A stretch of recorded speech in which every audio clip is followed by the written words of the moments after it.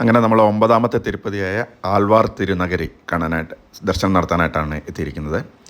ഈ അമ്പലത്തിലെ ഗ്രഹം എന്ന് പറയുന്നത് വ്യാഴമാണ്. വ്യാഴഗ്രഹമാണ് ഈ അമ്പലത്തിൻ്റെ. ഞാൻ കഴിഞ്ഞ പ്രാവശ്യം പറഞ്ഞ പോലൊക്കെ നമ്മൾ ഓർഡറിലല്ല കണ്ടുകൊണ്ടിരിക്കുന്നത്. ഞങ്ങളിത് 2ാമതാണ് വന്നത്. പക്ഷേ വാസ്തവത്തിൽ ഇത് 9ാമതുള്ളതാണ്. അങ്ങനെ 2ാമത്തെ പെരുമാൾ ആൾവാർ പെരുമാളിൻ്റെ അമ്പലത്തിലേക്ക് പോവാണ്. 2ാമത്തെ തിരുപ്പതി.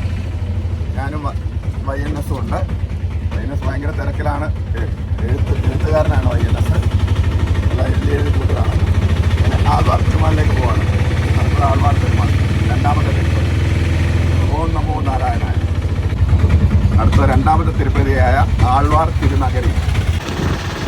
താമര ഭരണി നദിയാണ് നിങ്ങൾ കാണുന്നത്. ഈ നദിയുടെ കരയിലാണ് എല്ലാ 9 തിരുപ്പതികളും.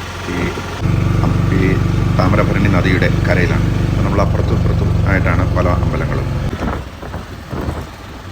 ഒരു സൈഡ് ബണ്ട് കെട്ടി വെള്ളം തടഞ്ഞു വെച്ചിരിക്കുകയാണ്. അപ്പോൾ അങ്ങേ സൈഡിൽ വെള്ളമില്ല. അങ്ങനെ 2ാമത്തെ തിരുപ്പതി ദർശനത്തിന് അമ്പലത്തിൻ്റെ മുന്നിലെത്തിയിട്ടുണ്ട്. ഇതാണ് എൻട്രൻസ്. നമ്മളങ്ങോട്ട് കയറുകയാണ്. 2ാമത്തെ തിരുപ്പതി ടെമ്പിൾ.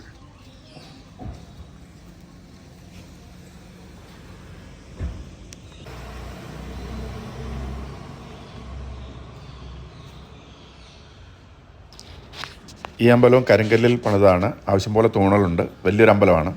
നമുക്ക് ഇവിടെ നിന്ന് തന്നെ കാണാം എന്തുമാത്രം തൂണുകളുണ്ടെന്ന്. ഭയങ്കര വിശാലമായ ഒരു അമ്പലമാണിത്. ഈ അമ്പലത്തിൻ്റെ ഗ്രഹം വ്യാഴമാണ്. വ്യാഴം ഗ്രഹമാണ് ഈ അമ്പലത്തിൻ്റെ ഗ്രഹം.